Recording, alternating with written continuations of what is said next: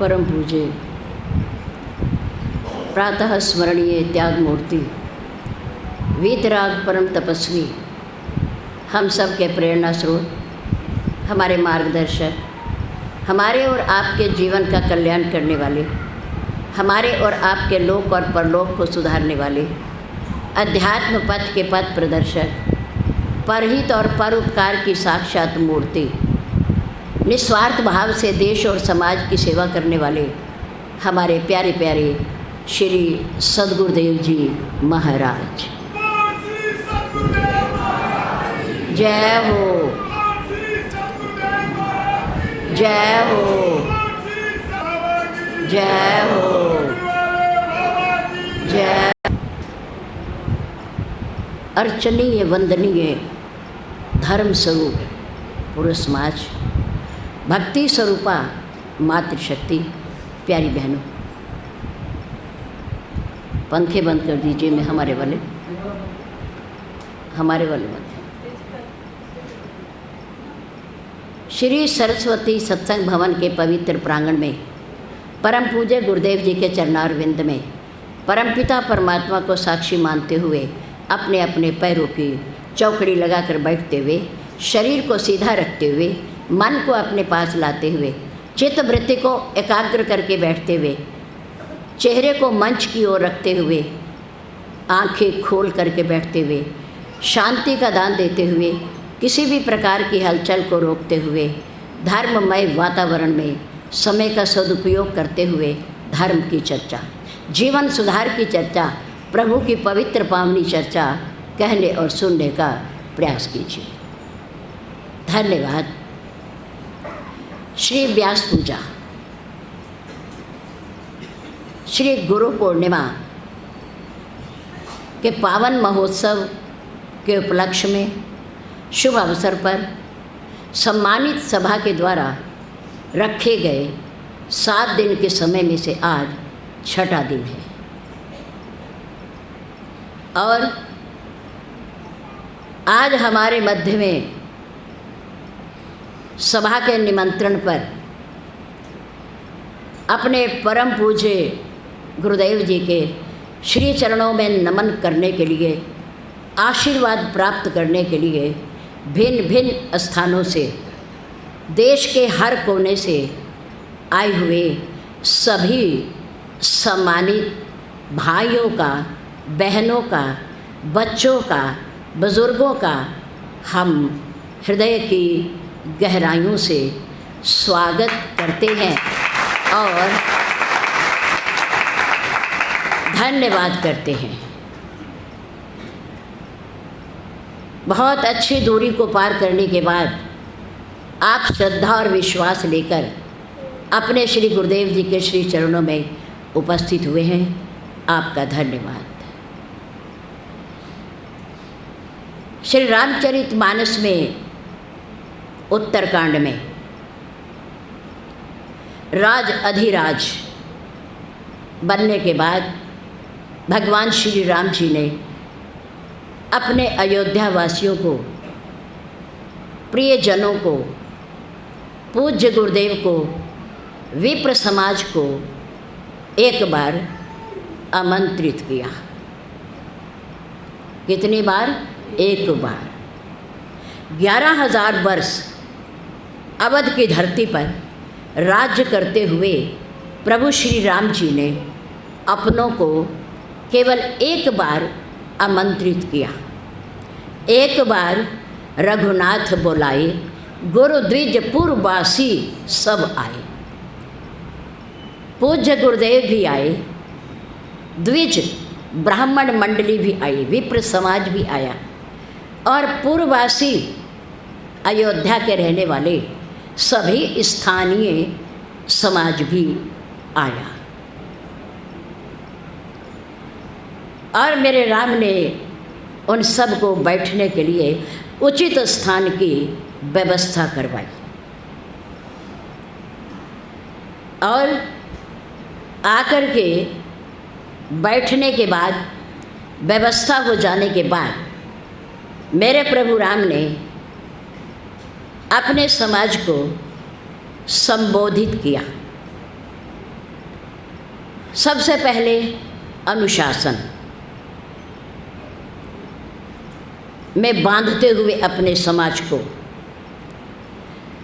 कोई बात तभी कही गई पल्ले पड़ती है जब सुनने वाले समाज में अनुशासन हो, और जिसके प्रति बात कही जाए और जो कह रहा हो उनके प्रति श्रद्धा और विश्वास हो। दो बातें। मेरे राम ने कहा, देखो कोई बात नहीं, आप सब यथा स्थान पर बैठ गए, आपकी सुंदर व्यवस्था हो गई। अब ध्यान से मेरी बात को आप सुनेंगे। सबसे पहले मेरे राम ने कहा कि सोई सेवक प्रियतम मम सोई, वही सेवक मुझे अति प्रिय होगा। मम अनुशासन माने जोई, जो मेरे अनुशासन को मानेगा, स्वीकार करेगा और जैसा हम कहेंगे वैसा मानने का प्रयास करेगा। सोई सेवक प्रियतम मम सोई, मम अनुशासन माने जो। समय का पालन होगा, अनुशासन होगा और अपनी सभ्यता और शिष्टता का परिचय देंगे। नंबर 2, कहने से पहले प्रभु राम कह रहे हैं, हम नहीं कह रहे, मेरे राम कह रहे अपने अयोध्या वासियों को पूज्य गुरुदेव जी के प्रति और ब्राह्मण मंडली के प्रति संबोधित करते हुए। और क्या कहा, हमारे संबोधन में जो हम करेंगे उसमें कोई त्रुटि हो जाए, गलती हो जाए, और अगर मंच के माध्यम से शास्त्र सम्मत वो बात नहीं है, अनीतिपूर्ण है, आपको अच्छी नहीं लगी, तो मैं आपको अधिकार देता हूँ कि आप खड़े होकर के उस बात के लिए मुझे आगाह करेंगे। ये किसने कहा? प्रभु राम ने कहा। एक बार रघुनाथ बुलाए, गुरुद्विजपुरवासी सब आए, सोई सेवक प्रियतम मम सोई, मम अनुशासन माने जोई। जो अनीति कछु भाखों भाई, अनीतिपूर्ण बात, गलत बात, आपके सम्मान में, आपकी शान में कुछ गलत कहा जाए तो मैं अधिकार देता हूँ, जो अनीति कछु भाखों में ना बोल जाऊँ, कहा जाए, हो जाए ऐसा, तो मोहि बरज्यों भय बिसराई। बरजों में ना उठ कर के मुझे कह सकते हो कि ये आपने गलत कहा है। भय बिसराई, मैं राजा हूँ, मैं संबोधित कर रहा हूँ, मैं तुम्हारा सम्राट हूँ, शहनशाह हूँ, इस बात को नहीं देखना। इस समय मैं एक वक्ता हूँ और आप मेरे सामने श्रोता बैठे हो। एक बार रघुनाथ बुलाए, गुरुद्विजपुरवासी सब आए, सोई सेवक प्रियतम मम सोई, मम अनुशासन माने जोई। जो अनीति कछु भाखों भाई, तो मोहि बरज्यों भय बिसराई। ये एक अच्छे राजा के लक्षण हैं, एक सभ्य और शिष्ट वक्ता के लक्षण हैं कि जो भी कहे नीतिपूर्ण कहे, सत्य कहे, शास्त्र सम्मत कहे, कुछ गलत ना कहे, जिससे किसी के मन को ठेस लगे, और असत्य भाषण ना करे मंच पर बैठकर। क्यों? क्योंकि ये मंच, ये गद्दी कोई साधारण गद्दी नहीं होती। जिस पर बैठकर कोई वक्ता बोलता है, इस गद्दी को शास्त्र की भाषा में व्यास गद्दी कहा गया है। क्या कहा गया? व्यास गद्दी कहा गया। इस मंच पर बैठकर बोलने वाला हर वक्ता शिष्ट होना चाहिए, सभ्य होना चाहिए, नीतिपूर्ण बात कहे, सत्य कहे और शास्त्र सम्मत कहे, अप्रामाणिक कोई बात ना कहे। क्योंकि ये महर्षि व्यास जिन्होंने 18 पुराण लिखे, श्रीमद् भागवत लिखा, उसकी रचना की, 6 पुराण लिखे, ये व्यास गद्दी उनकी है। ये बड़ी महत्वपूर्ण है, जिम्मेदारी की बात है। यहाँ बैठकर असत्य भाषण नहीं हो सकता, मन घड़ंत बात भी नहीं हो सकती, अपनी प्रशंसा भी नहीं हो सकती, स्वगुणों का बखान भी नहीं हो सकता। प्रभु के गुणों की और उनकी महिमा की चर्चा होनी चाहिए इस मंच के माध्यम से, क्योंकि यहाँ से जो कहा जाता है उसे श्रोता सुन करके अपने जीवन पर उतारने का प्रयास करते हैं। जो सुनता है, सुना जाता है, उसे जीवन पर उतारा जाता है। जीवन पर उतारने के बाद उन्हें कर्मों में परिवर्तित किया जाता है। कर्मों में परिवर्तन होने के बाद व्यक्ति की हर क्रिया शास्त्र सम्मत हो जाती है, इसलिए बहुत बड़ी जिम्मेदारी होती है। मेरे राम ने अपने अयोध्या वासियों को 11,000 वर्षों में केवल एक बार बुलाया, लेकिन धन्य हैं वो संत, वो पर उपकारी, निस्वार्थ भाव से देश की, समाज की सेवा करने वाले मेरे पूर्ण सद्गुरुदेव। पूर्ण सद्गुरुदेव जो हमें वर्ष में 2 बार और कई बार बुलाते हैं। एक बार रघुनाथ बुलाए, पर मेरे पूज्य सतगुरुदेव बार बार गुरुदेव बुलाए, बार बार बुलाते हैं। आइए,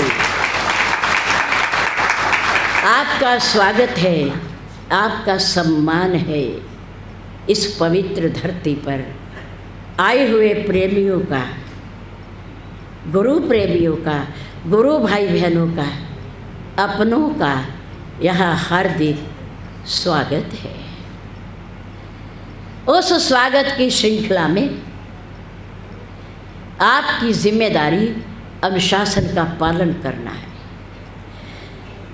जो कार्यक्रम, जो प्रबंध सभा ने किया है, सभा के सदस्यों ने किया है, उसका पालन करने का हमारा परम कर्तव्य है। नंबर के हिसाब से प्रसंग के बाद हम उठें,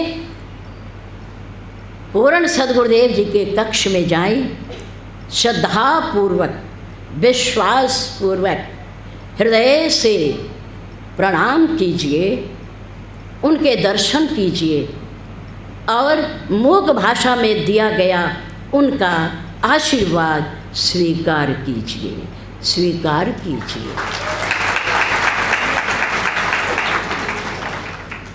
3 ऐसे तत्व हैं दुनिया में जो जीव का कभी साथ नहीं छोड़ती।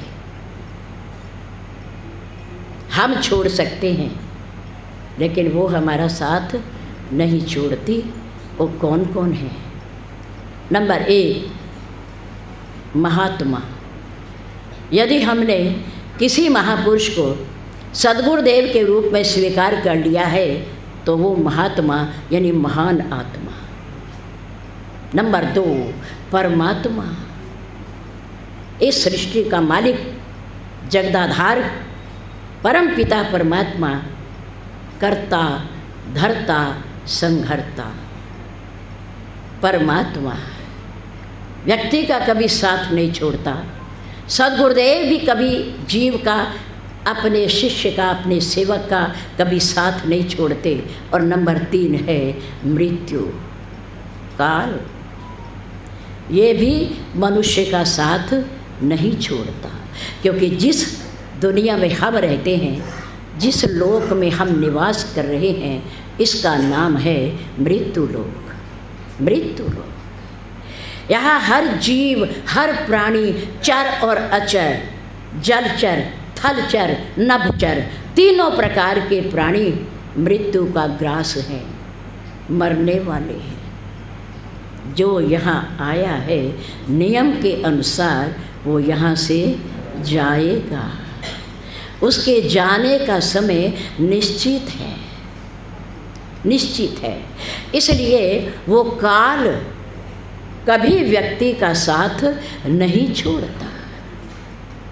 जब समय आ जाता है, कारण बन जाता है और सही स्थान आ जाता है, ये तीनों जब मिल जाते हैं तो प्रभु काल जो हमारे साथ चल रहा है उसका निमंत्रण आ जाता है, वो दबोच लेता है। 3 तत्व ऐसे हैं। नंबर 1 पूर्ण सद्गुरुदेव महात्मा, नंबर 2 परमात्मा और नंबर 3 मृत्यु। 2 बातन को याद रख, जो चाहे कल्याण। मनुष्य होते हुए यदि हम अपना कल्याण चाहते हैं, भलाई चाहते हैं, जीवन रहते रहते मुक्त होना चाहते हैं, तो हमें 2 बातों को याद रखना पड़ेगा। तीसरी भूल जाओ, तीसरा अपने आप होता रहेगा कार्यक्रम, वो प्रभु के अधीन है सब कुछ। 2 बातन को याद रख, जो चाहे कल्याण। एक तो प्यारे, सबसे पहले अपनी मृत्यु को याद रखो कि एक दिन आनी है। अगर ये याद रहेगी तो बहुत बड़ा लाभ है, बहुत बड़ा लाभ है। जब आए हैं जाना है, जन्म है मृत्यु है, तो फिर मरने से क्या डरना, क्या डरना। उसे याद रखो, याद रखो और कुछ याद ना रखो। एक तो बंदे मौत है, दूजे श्री भगवान। 2 बातन को याद रख, जो चाहे कल्याण। एक तो बंदे मौत है, दूजे श्री भगवान। इन 2 को याद रखो, बाकी सब भूल जाओ। अगर इसका भय बना रहा मृत्यु का, तो हम सोचेंगे एक दिन जाना है, एक दिन जाना है, जाना है। किसी ने, सज्जन ने, ज्ञानवान ने, महाराजा जनक विदेहराज, आप जानते हो, जगत जननी माँ सीता जी के पूज्य पिताजी, ज्ञानवान है, विदेहराज है। शरीर होते हुए भी शरीर नहीं है उनका। राजा जनक, उनसे किसी ने प्रश्न किया कि आप राज्य करते हो, प्रजा का पालन करते हो, भोगों की दुनिया में रहते हो और फिर भोगों से दूर हो, फिर विदेहराज हो, शरीर से भी अलग हो, आपकी दृष्टि हमेशा आत्म तत्व पर रहती है। ऐसा कैसे संभव है, कैसे संभव है? उन्होंने कहा, देखो इसका उत्तर मैं शब्दों में नहीं दे सकता, शब्दों के माध्यम से नहीं दे सकता। आप किसी दिन एकांत में मेरे पास आइए, मैं आपको इस प्रश्न का उत्तर दे दूंगा। वो सज्जन एक दिन समय पाकर राजा जनक के पास पहुँचे और कहा, राजन मेरे प्रश्न का उत्तर। कहा ठीक है। उन्होंने अपने सेवकों से कहा, जाओ एक दीपक प्रज्वलित करो, एक दीपक प्रज्वलित करो और पात्र में रख करके इन्हें लाकर दीजिए। दीपक प्रज्वलित करके सेवकों ने एक पात्र में थाली में रखकर उनको दे दिया और कहा, जाइए, हमारे सेवक आपके साथ हैं और हमारे पूरे महल का आप चक्कर लगाकर आइए। ध्यान रहे कि ये दीपक बुझने ना पाए, बुझने ना पाए। और सेवकों को आदेश दिया कि तुम लोग इसके रास्ते में भोग सामग्री, सुख के साधन, ठाट बाट आदि का पूरा नुमाइश प्रदर्शन लगाओ, करवाओ, प्रदर्शनी लगाओ। दीपक दे दिया गया, हाथ में पकड़ा दिया गया। सेवकों ने आज्ञा का पालन किया। सुख सुविधा और भोग पदार्थ के साधन सारे रास्ते में सजा दिए गए और 2 सेवक उनके पीछे चल रहे हैं, ये देखने के लिए कि कहीं दीपक बुझा तो नहीं। अब वो सज्जन हाथ में दीपक लेकर उसकी लौ को देखते जा रहे हैं, देखते जा रहे हैं। उनकी दृष्टि रास्ते में रखे गए भोग पदार्थ, सुख सुविधा के साधन, सुंदर सुंदर सामान उन पर नहीं, केवल दीपक की लौ पर है, लौ पर है कि कहीं ये दीपक बुझ ना जाए, बुझ ना जाए। पूरे महल का चक्कर लगा दिया। निश्चित समय पर राजा जी के पास पहुँचे। राजा ने कहा, आइए दीपक रख दीजिए। बैठिए, बैठिए, बैठ गए। आपने उस मार्ग में, रास्ते में रखे गए भिन्न भिन्न प्रकार के पदार्थ, भोग वस्तुएं और सुख सुविधा के साधन, आपने उनमें से क्या क्या देखा, क्या क्या देखा, क्या दिखाई दिया आपको? कुछ आप वर्णन करेंगे, कुछ बताएंगे आप? उस सज्जन ने कहा, नहीं राजन, नहीं, मुझे इसका ज्ञान नहीं कि मेरे रास्ते में क्या क्या था। मैंने नहीं देखा। क्यों नहीं देखा? आपके देखने के लिए ही तो सब प्रबंध किया गया था, पर आपने क्यों नहीं देखा? उस सज्जन ने कहा, इसलिए नहीं देखा क्योंकि जो देख रही थी आँखें, वो केवल केवल इस प्रज्वलित दीपक की लौ को देख रही थी, लौ को देख रही थी। मेरा मन, मेरी आँखें केवल दीपक की लौ पर थी कि ये कहीं बुझ ना जाए, ये कहीं बुझ ना जाए। अच्छा, तो आपको उन वस्तुओं का ज्ञान नहीं हुआ, पता नहीं चला कि वो क्या क्या था? आपको रास्ते में भूख नहीं लगी, प्यास नहीं लगी, इतने बड़े महल में चक्कर लगाते हुए? नहीं, नहीं महाराज। राजा जनक के कहा, प्यारे, ये तुम्हारे उस प्रश्न का उत्तर है जो तुमने कहा था कि भोगों की दुनिया में रहते हुए, राज में रहते हुए, खजाने पर अधिकार रखते हुए, महलों में रहते हुए आप विदेह राज कैसे हैं? आप ज्ञानवान कैसे हैं? आप जीवन मुक्त कैसे हैं? ये आपके प्रश्न का उत्तर है। जैसे आपकी दृष्टि दीपक की लौ पर थी, आपने भोग पदार्थों को दृष्टि उठाकर नहीं देखा, उसी प्रकार से मेरी दृष्टि, आंतरिक दृष्टि मेरे अपने परमात्मा पर है, मेरे ईश्वर पर है, जो ईश्वर अंश जीव अविनाशी, चेतन अमल सहज सुख राशि। सहज सुखों का भंडार है, जो चेतन है, जो अमल है, जो स्वयं प्रकाशित है, जिसका प्रकाश न दिन और रात में प्रभावित होता है। मेरी उस लौ पर दृष्टि है, इसलिए भोग में रहने वाले इस दुनिया में मैं भोगों को नहीं देखता, नहीं देखता, उन पर मेरी दृष्टि नहीं जाती।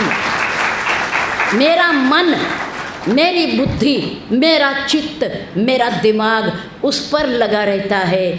इन भोगों का मेरे मन पर कोई प्रभाव नहीं पड़ता है, नहीं पड़ता है, क्योंकि उन्हें याद है कि हम आए हैं तो हमने एक दिन जाना है, जाना है।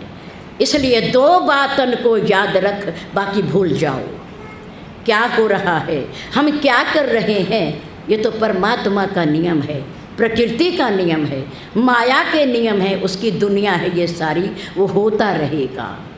हम चिंता करें या न करें, हम विचार करें या न करें, वो सबका पालन करता है, वो सबकी सुध लेता है, वो सबको देखता है। हम केवल अपने परिवार को देखते हैं, अपने संबंधी को देखते हैं, अपने पड़ोसी को देखते हैं। वह मेरा मालिक, दुनिया का स्वामी, वो पूरी दुनिया को देखता है, वो पूरी दुनिया को देखता है। इसलिए इसकी चिंता ना करें। लेकिन ऐसा ज्ञान सद्गुरुदेव के बिना प्राप्त नहीं हो सकता। गुर बिन होई कि ज्ञान, ज्ञान की होई बैराग बिन। जब तक दुनिया से बैराग नहीं होगा, मोह नहीं छूटेगा, तब तक ज्ञान नहीं होगा। सद्गुरुदेव नहीं मिलेंगे, सद्गुरुदेव मिलेंगे तो ज्ञान होगा। ज्ञान होगा तो अपने पराई की पहचान होगी, अच्छे बुरे की पहचान होगी। सद्गुरु बिना ज्ञान, गुरु बिन होई कि ज्ञान, ज्ञान की होई बैराग बिनु, गावहि वेद पुराण। शास्त्र भी कहता है, चारों वेद कहते हैं, 18 पुराण कहते हैं, संत महापुरुष कहते हैं कि गुरु के बिना इस मायावी दुनिया का ज्ञान सही नहीं हो सकता, नहीं हो सकता। बिन सत्संग विवेक न हो। सत्संग गुरुदेव से होता है, और सद्गुरुदेव के द्वारा ज्ञान सुनने, सत्संग सुनने पर हमें ज्ञान होता है, ज्ञान होता है।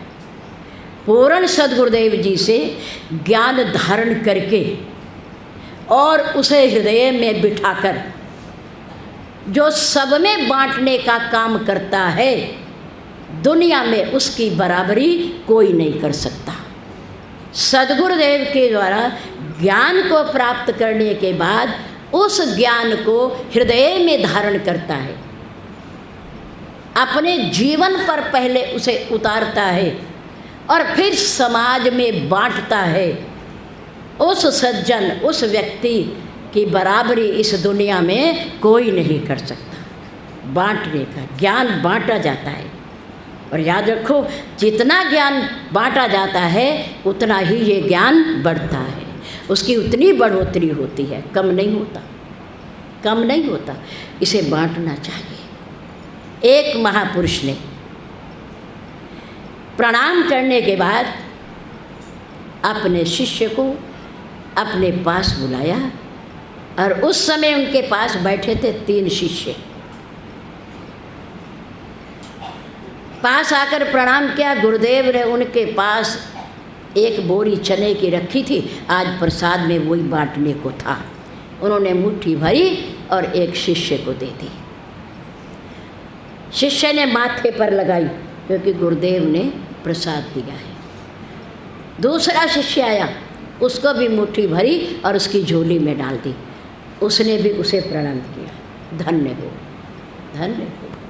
नंबर 3, तीसरा जब आया तो महान पुरुषों ने फिर बोरी में से चने की मुट्ठी भरी और अपने शिष्य को दे दी, और उसने अपनी झोली में डलवा ली। पूज्य गुरुदेव जी ने कहा, जाओ जाओ इस प्रसाद का सदुपयोग करो, सदुपयोग करो। तीनों कुटिया से बाहर निकले। एक बड़ा प्रसन्न मन है कि मेरे पूज्य गुरुदेव ने आज मुझे अपने हाथ से कर कमलों से प्रसाद दिया है, मैं धन्यवाद का पात्र हूँ। और प्रसाद अमृत होता है, प्रसाद अमृत होता है, इसे खा लो, खा लो, खा लो, इसे खा लिया उसने। नंबर 2, दूसरे शिष्य ने सोचा इस प्रसाद पर केवल मेरा ही नहीं मेरे परिवार का भी अधिकार है, इसका लाभ मेरे परिवार को भी मिलना चाहिए।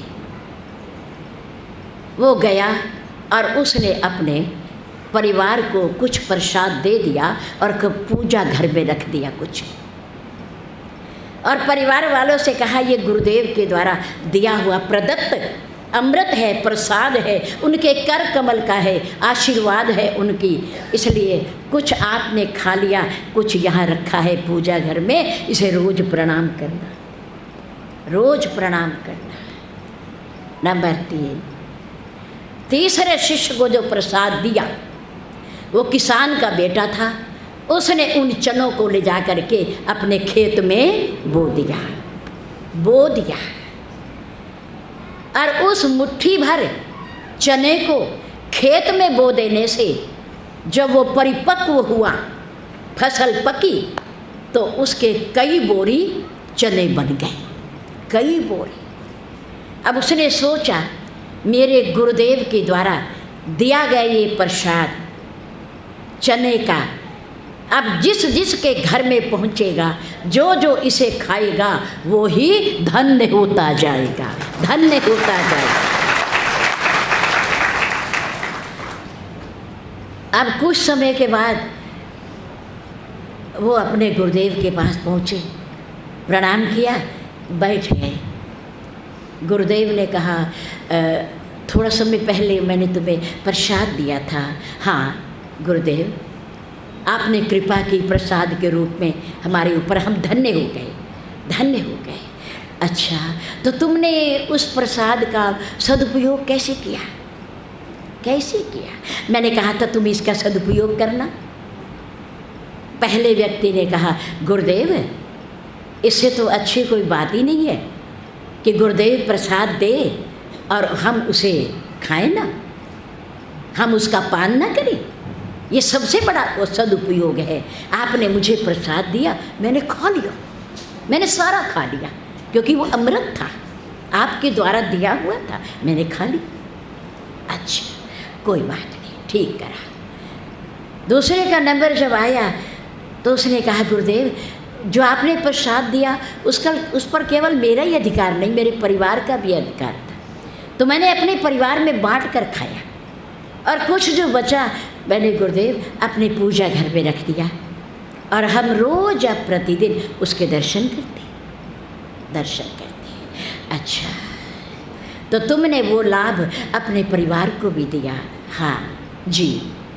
अच्छा, अब तीसरे का नंबर आया, तुमने क्या किया, तुमने क्या किया? उसने कहा गुरुदेव, मेरी धृष्टता क्षमा करना, मैंने उस प्रसाद को स्वयं नहीं खाया, मेरी गलती क्षमा करना। नंबर 2, वो प्रसाद मैंने अपने परिवार को भी नहीं दिया। फिर क्या किया तुमने? फिर क्या किया? कहाँ गया वो? उस प्रसाद को मैंने अपने खेत में जाकर बो दिया, बो दिया। समय आई, फसल उगी, परिपक्व हुआ, उसके एक दाने के कई दाने बने, एक दाने के कई दाने बने, एक दाने के वृक्ष पर कई दाने लगे, और उस खेत में उगी फसल से कई बोरियां भरी मैंने। अब उनको मैंने जाकर बांटा, और जिस जिसके घर वो गया होगा, जिस जिसने उसे लिया होगा, उसने और आगे बांटा होगा, और आगे बांटा होगा, उसे बेचा हो या जो करा होगा, और जिस जिसके मुख वो प्रसाद लगा होगा, वो गुरुदेव आपके आशीर्वाद का आज वो पात्र बन गया होगा। पात्र बन गया होगा। पूज्य गुरुदेव ने कहा, धन्य हो, धन्य हो, तेरी बराबरी कौन कर सकता है। तू अपने लिए नहीं, अपने परिवार के लिए नहीं, बल्कि तू पूरे समाज के लिए है, समाज के लिए। तूने प्रसाद को बांट कर खाया, बांट कर खाया। ठीक इसी प्रकार से जो भी सेवक, जो भी शिष्य अपने पूज्य गुरुदेव जी के द्वारा कानों के माध्यम से जो भी ज्ञान सुनता है, वो उनके अंदर जाता है, जीवन में धारण करते हैं वो, और फिर उसे कर्मों में परिवर्तित करते हैं, जिसे पूरा समाज देखता है, उनसे शिक्षा लेता है, और पूज्य गुरुदेव के द्वारा दिया गया ज्ञान वो औरों में भी बांटते हैं, औरों में भी बांटते हैं। कि हमारे गुरुदेव ने ऐसा कहा, हमारे गुरुदेव ने ऐसा कहा, हमारे गुरुदेव ने कहा, परहित सरिस धर्म नहीं भाई, पर पीड़ा सम नहीं अधमाई।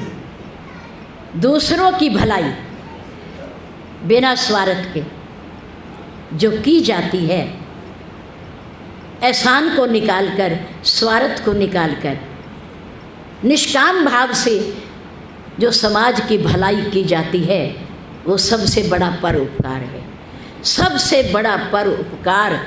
और मेरे पूज्य गुरुदेव जी के बहुत सारे ऐसे शिष्य हैं जिन्होंने इस सूत्र को अपने जीवन में अपना रखा है।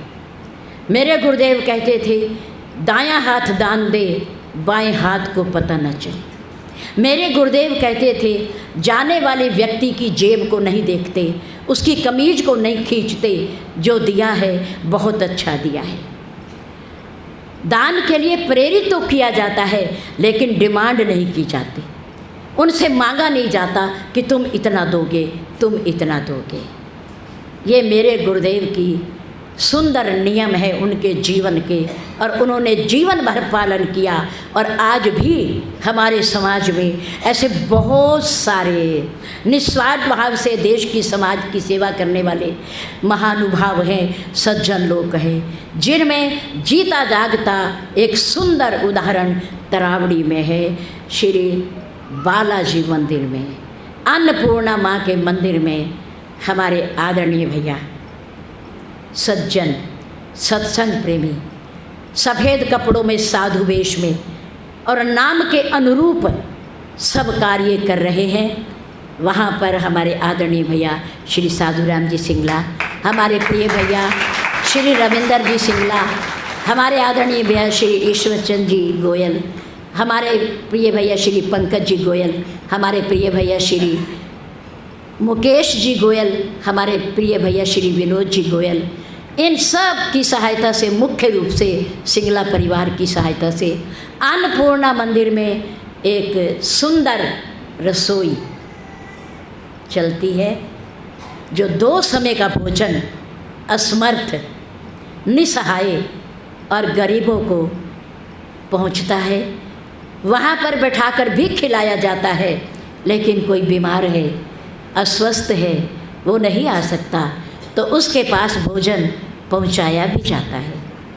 वहाँ की सभा पूर्ण ध्यान रखती है इस बात का, और वहाँ आने वाले अन्न का, सब्जी का, दालों का कोई अभाव नहीं रहता, कोई अभाव नहीं रहता।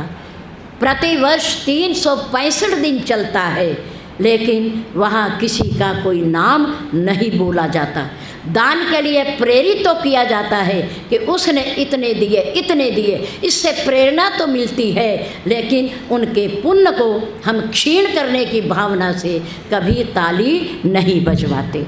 भगवान उनका पुण्य अक्षय हो, अक्षय हो, उन्हें यहाँ भी उसका फल मिले, और भगवान के दरबार में जाकर के भी उन्हें फल मिले। बहुत सारा समाज ऐसा है जो पानी पीने की मशीन लगवाता है, लाडवा में भी लगी हुई है, माँ रेणुका भवन में, और वहाँ पर जल पीने की सुविधा है, सुंदर और स्वच्छ। सड़कों पर भी आप लोग लगवाते हो, मुझे पता है, हरिद्वार में भी लगी हुई है, हर आश्रम में है, आप लोगों के द्वारा ही लगती है। तो कहने का भाव ये है कि हमारे पूज्य गुरुदेव जी निस्वार्थ भाव से देश और समाज की सेवा करने का जो उन्होंने सुंदर सूत्र हमें दिया, हमारा समाज उसका पालन कर रहा है और वो करते रहेंगे। उनके जीवन का ये एक ध्येय है। क्यों? क्योंकि जितना धन बांटा जाता है उतना ही बढ़ता है, उतना ही बढ़ता है। प्रतिवर्ष फलदार वृक्ष अपने फल देता है हम सब के लिए, लेकिन प्रकृति उसे पुनः प्रदान कर देती है। सर्दी के मौसम के बाद पतझड़ आता है, वृक्षों के पुराने पत्ते झड़ जाते हैं और प्रकृति फल स्वरूप उन्हें नए पत्ते प्रदान करती है। और भेड़ अपने बालों का दान करती है, प्रकृति उसके शरीर पर फिर नए बाल दे देती है। किसान अपना बीज बोता है धरती में और उसके बीज बोए हुए के प्रतिफल प्रणाम स्वरूप धरती उसे 100 गुना करके एक दाने का भोजन उसका वापस करती है। यह प्रकृति का एक नियम है। जो देता है प्रकृति उसे और देती है और देती है और देती है, वो कमी नहीं रखती। इसलिए जो देता है, जो बांटता है, उसे कमी नहीं रहती। लेकिन प्रकृति में एक पशु ऐसा है, जानवर, रीछ। रीछ ने कभी अपने बालों का दान नहीं किया, इसलिए प्रकृति उसे नए बाल नहीं देती, उसके पुराने ही बाल हैं। जो जन्म से होते हैं वो बढ़ते तो हैं पर नए नहीं आते, नए नहीं आते। इसलिए देना ही लेना है, देना ही लेना है। इसकी प्रक्रिया हमारे श्री रामचरितमानस में बहुत अच्छी प्रकार से उदाहरण दे करके समझाई गई है। कैसे? छोटा सा उदाहरण आपने देखा भी है और पढ़ा भी है और सुना भी है। राजा दशरथ ने पुत्र प्राप्ति के लिए क्या किया था? यज्ञ किया था। उस यज्ञ का नाम क्या था?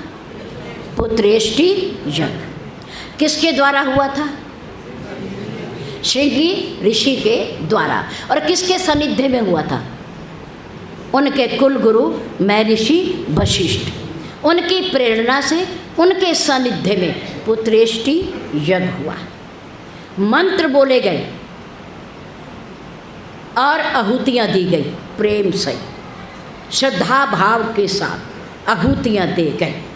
उन आहुतियाँ देने का परिणाम ये हुआ कि जिस अग्नि देव के प्रति आहुतियाँ दी गई, उन्होंने आहुतियों को स्वीकार किया और साक्षात प्रकट होकर के हवन कुंड में से अपने हाथ में एक पायस, एक खीर का कटोरा लेकर के ऊपर आए और वो कटोरा, पायस का पात्र, बर्तन उस अग्निदेव ने राजा दशरथ को नहीं, किसको? महर्षि वशिष्ठ को, कुलगुरु महर्षि वशिष्ठ को दिया, राजा को नहीं दिया। आहुतियाँ तो राजा ने दी हैं, हवन तो राजा कर रहा है, क्रिया तो वो कर रहा है, पर वो पायस का पात्र किसको दिया? पूज्य गुरुदेव जी को दिया। क्यों? क्योंकि ये यज्ञ उनकी प्रेरणा से हो रहा है, उनकी आज्ञा से हो रहा है, उनके सानिध्य में हो रहा है, उनके पास बैठकर हो रहा है, इसलिए उनको दिया गया। अग्निदेव का आशीर्वाद तो है ही। अग्निदेव ने कहा अगर मैं पूज्य गुरुदेव के हाथ में कटोरा दूंगा तो पूज्य गुरुदेव का आशीर्वाद भी इसमें क्या हो जाएगा? सम्मिलित हो जाएगा। क्या हो जाएगा? सम्मिलित हो जाएगा। क्योंकि गुरुदेव के आशीर्वाद के बिना इस दुनिया में कुछ भी संभव नहीं है, नहीं है। वो पात्र लेकर के महर्षि वशिष्ठ जी ने, ब्रह्मा जी के बेटा हैं, विधि मैंने कानून, नियम। विधि का क्या अर्थ है? नियम, कानून। सारा काम कानून के हिसाब से हो रहा है। अग्निदेव पात्र लेकर खीर प्रकट हुए नियम है पहले बड़ों को सम्मानित किया जाए, पहले उनके हाथ में पात्र दिया जाए, सीधा राजा दशरथ को न दिया जाए। उसके बाद नियम कि पूज्य गुरुदेव जी के द्वारा शिष्य को दिलवाया जाए। उनको दिया गया, उनका आशीर्वाद बीच में आ गया और उन्होंने कहा राजन ले जाओ, यथा योग्य इसके भाग बनाओ और अपनी तीनों रानियों में बांट दो। हाथ में सम्मान पूर्वक दोनों हाथों में प्रसाद कैसे लिया जाता है? बड़ों से, माता पिता से, महात्मा से, पूज्य गुरुदेव से, सम्मानित व्यक्तियों से प्रसाद कैसे लिया जाता है? दोनों हाथों से। इसमें हमारी सभ्यता का परिचय होता है, परिचय पता चलता है और उनका सम्मान होता है। उनका सम्मान होता है जिनसे लिया जा रहा है और हमारी सभ्यता का परिचय पता चलता है कि ये कितना सभ्य हैं। कभी भी प्रसाद को किसी से एक हाथ से ना लीजिए, दोनों हाथ करके लीजिए। ये प्रसाद का भी सम्मान है और देने वाले का भी सम्मान है, दोनों का सम्मान है। राजा दशरथ ने पात्र लिया, पात्र को लेकर के कहाँ पहुँचे? अपने महलों में पहुँचे। तीनों रानियों को बुलाया, तीनों रानियां आई और पंक्तिबद्ध खड़ी हो गई। नंबर 1 महारानी, बड़ी रानी कौन सी है? हैं? कौशल्या जी। बड़ी रानी कौशल्या जी खड़ी हैं वो। नंबर 2, उसके बाद सबसे अधिक प्यार राजा दशरथ किसे करते हैं? महारानी कैकेयी को। और नंबर 3 कौन है? सरल सहज स्वभाव वाली, कौन है? माँ सुमित्रा है। तीनों खड़ी हो गई। तीनों, एक महारानी कौशल्या ज्ञान का प्रतीक है, महारानी कैकेयी क्रिया का प्रतीक है, कर्म का प्रतीक है, और महारानी सुमित्रा भक्ति की प्रतीक है। तीनों। इसलिए महारानी कौशल्या से हुए राम। कौन हुए? राम। वो ज्ञान है। वो क्या है? ज्ञान है। और क्रिया, महारानी कैकेयी के द्वारा जन्म लिया, अवतरित हुए कौन? संत भरतलाल जी। कौन आए? संत भरतलाल जी। और नंबर 3 माँ सुमित्रा के द्वारा जो सहज और सरल है, जिसे कभी कोई शिकायत होती नहीं। महारानी कैकेयी तो शिकायत करती है, लेकिन सुमित्रा कभी शिकायत। बन जाते समय राम महारानी कैकेयी से तो मिले, क्योंकि पिता वहाँ है, और माँ अपनी कौशल्या के पास भी आए, उनसे भी आज्ञा ली, लेकिन तीसरी माँ भी तो थी, है? जब कैकेयी माँ है, कौशल्या माँ है, तो सुमित्रा भी माँ है। लेकिन मेरे राम अंतर्यामी है। मेरे राम उनसे मिलने नहीं गए, सुमित्रा से मिलने। आपने रामायण पढ़ी है और दूरदर्शन पर भी देखा है, माँ कैकेयी से तो मिले, माँ कौशल्या से भी मिले, पर माँ सुमित्रा से। और उनके सपुत्र ने जाने की जिद की तो मेरे राम ने कहा जाओ जाओ, आज्ञा ले आओ माँ से, अगर मेरे साथ चलना है तो। वो आज्ञा दे तो चलना, और आज्ञा ना दे तो घर रहना, उनकी सेवा करना। आप नहीं गए। हम होते ना तो हम कहते चल, तेरी बात नहीं मानेंगे ना, चल हम तेरे साथ चलते। कहते कि नहीं? कहते हैं ना, चल अगर तेरी बात नहीं मानेगी तो हम चलते हैं। लेकिन नहीं, मेरे राम ने कहा नहीं, मैं नहीं जाऊंगा। मुझे पता है कि वो मेरी माँ मुझे कभी उलाहना नहीं देगी और ना कभी शिकायत करेगी, और करी भी नहीं पूरे जीवन में। माँ सुमित्रा ने कभी कोई शिकायत। क्यों? क्योंकि वो मानती है कि इन दोनों लक्ष्मण और शत्रुघ्न की माँ मैं नहीं हूँ, माँ नहीं हूँ मैं। ये मेरे पास धरोहर के रूप में है। लक्ष्मण और शत्रुघ्न मेरे पास धरोहर के रूप में है। कैसे? वो इसमें आप देखें, जब खीर बांट रहे राजा दशरथ ने खीर बांटी, खीर का सबसे बड़ा हिस्सा आधा, 1/2, 1/2 सबसे बड़ी रानी महारानी किसको दिया? सब जानते हो हैं? जब जानते हो तो थक गए हो क्या? फिर बोलोगे ना तो आपको याद रहेगा, और नहीं बोलोगे तो इधर से सुन के इधर से निकल जाएगा। फिर क्या बताओगे किसी को कि आधा भाग किसे दिया है? आधा भाग किसे दिया? माँ कौशल्या को दिया, क्योंकि वो बड़ी रानी है, प्रधान रानी है। और उसके बाद जो आधा बचा 1/2, 1/2 उसका भी आधा किया, उसका भी आधा किया। और वो जो आधे का आधा किया वो रानी कैकेयी के हाथ पर रखा। और फिर अब बच गया 3/4। कितना बच गया? उसके भी फिर 2 हिस्से किए, उसके भी 2 हिस्से किए। बांटने की प्रक्रिया कितनी सुंदर है, देने की प्रक्रिया कितनी सुंदर है।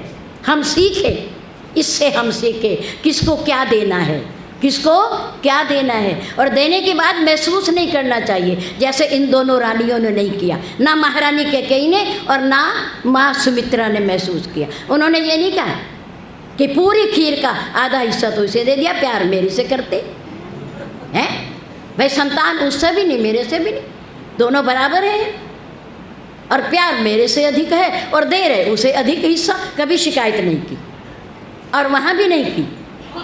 अब 3/4 जो बचा उसका 2 हिस्से करे, और फिर और 2 हिस्से सुमित्रा को नहीं दिए। वो बेचारी देख रही है कि शायद मेरा नंबर होगा अब, पर नहीं दिए, नहीं दिए, नहीं दिए ना, हैं? नहीं दिए ना, नहीं दिए।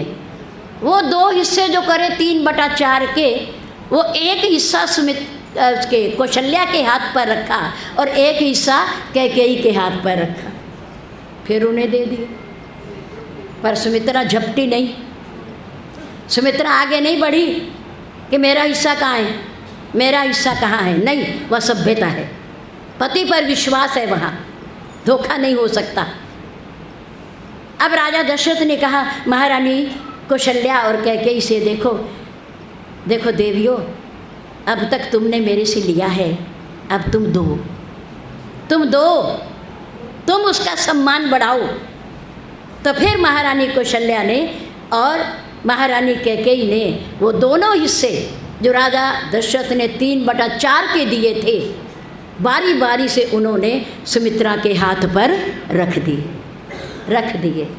अब राजा ने कहा इसका पवित्र प्रसाद का, अमृत का, पायस का पान करो, पान करो।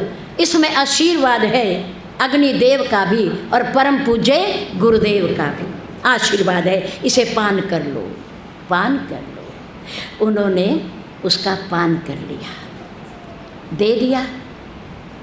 तो आधा हिस्सा खीर का प्राप्त करने के परिणाम स्वरूप माँ कौशल्या के यहाँ ज्ञान के प्रतीक पार ब्रह्म परमात्मा का अवतार हुआ, अवतार हुआ। नंबर 2, परम संत, भ्रातृप्रिय, भ्रातृप्रिय।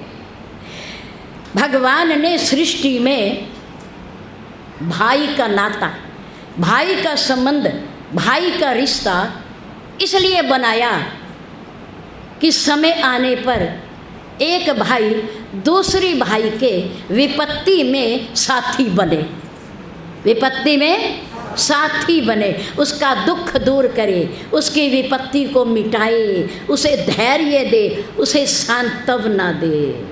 लेकिन हमने दुनिया में आकर के विपत्ति बांटना तो क्या, संपत्ति बांटने के लिए लड़ाई और झगड़े करने शुरू कर दिए, विपत्ति को और बढ़ाना शुरू कर दिया। घटाना तो क्या था।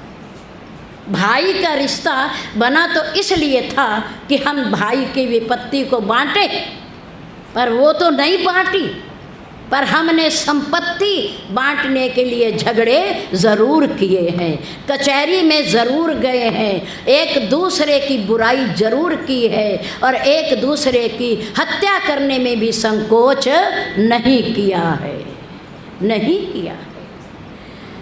माँ कैकेयी से आधी खीर में से आधी प्राप्त करने के बाद परम संत प्रेम मूर्ति भरतलाल जी का अवतार हुआ और महारानी सुमित्रा से खीर के 2 हिस्से प्राप्त करने के बाद कितने पुत्र प्राप्त हुए? 2 पुत्र प्राप्त हुए। शेषा अवतार लक्ष्मण जी और शत्रुओं का नाश करने वाले, जिनका नाम लेने मात्र से शत्रु मिट जाता है, शत्रुघ्न। 2 पुत्र प्राप्त हुए। महारानी कौशल्या को राम के रूप में 1, महारानी कैकेयी को भरतलाल के रूप में 1 और महारानी सुमित्रा को 2 पुत्र प्राप्त हुए। महारानी सुमित्रा ने सोचा, ये 2 मुझे मिले हैं मुझे, मेरे नहीं हैं, ये मुझे मिले हैं क्योंकि मेरी बड़ी बहन कौशल्या ने मुझे प्रसाद दिया। परिणाम स्वरूप मुझे लक्ष्मण पुत्र रूप में मिले और मेरी बहन कैकेयी ने, छोटी है कोई बात नहीं, पर उसने भी मुझे दिया, प्रसाद दिया, जिसके परिणाम स्वरूप मुझे शत्रुघ्न पुत्र प्राप्त हुआ, मुझे मिला। उनको 1 मिला, मुझे 2 मिले। उनकी कृपा से मिले, उनके प्रसाद से मिले, पर मेरा कर्तव्य क्या है?